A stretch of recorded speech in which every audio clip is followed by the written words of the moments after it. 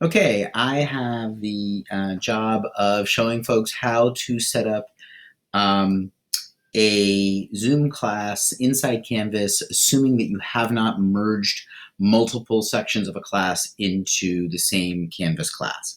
So this is for standalone Canvas classes. Here's what we're going to do.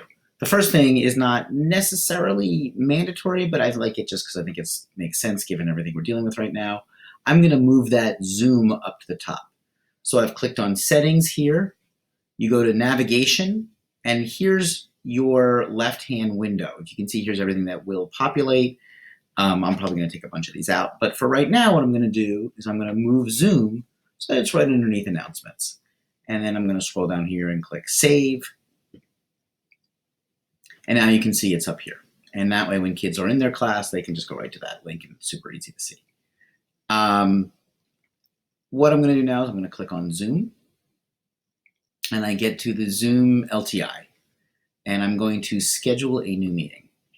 If you notice, it has already populated it with the name of the course. You're going to leave that even though it's long and unwieldy, and I'll explain why.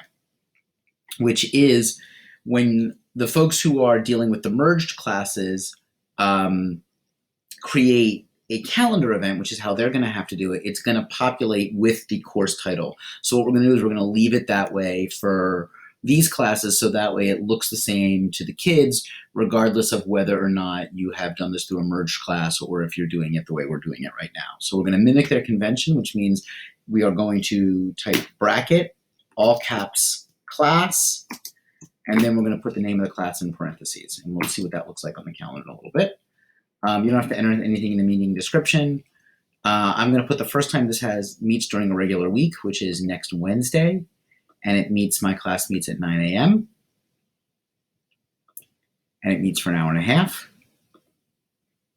It is a recurring meeting. It meets every week, and it meets on Wednesdays.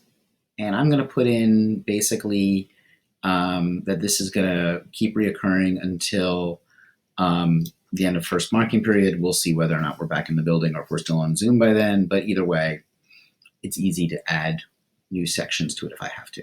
So there we go. Boom. I'm going to change this password later on, but this is going on YouTube, so I don't care that it has a fake random password in there. You can choose if you want to enable any of these things. That's totally up to you, but that's pretty much all you have to do. Click save. And then if you go back to your course meetings, you can see all the upcoming classes. Boom, boom, boom, boom, boom. There you go. And even more cool is, and more importantly, is if you go to the calendar, there you can see, boom, class pops up. And you can see the kids see, oh, class. And so they'll see that as different than like an assignment they've got a hand in or something like that. That's literally how easy it is. Piece of cake. Obviously, if you have a class that's not a once-a-week elective, but rather a twice-a-week core class, you would have to do this for each of those times that they meet. So if you have a 4-core class course roster, you would do this 8 times, and then it would be set up for the whole marking period. It's that easy. There you go. Thanks, everybody.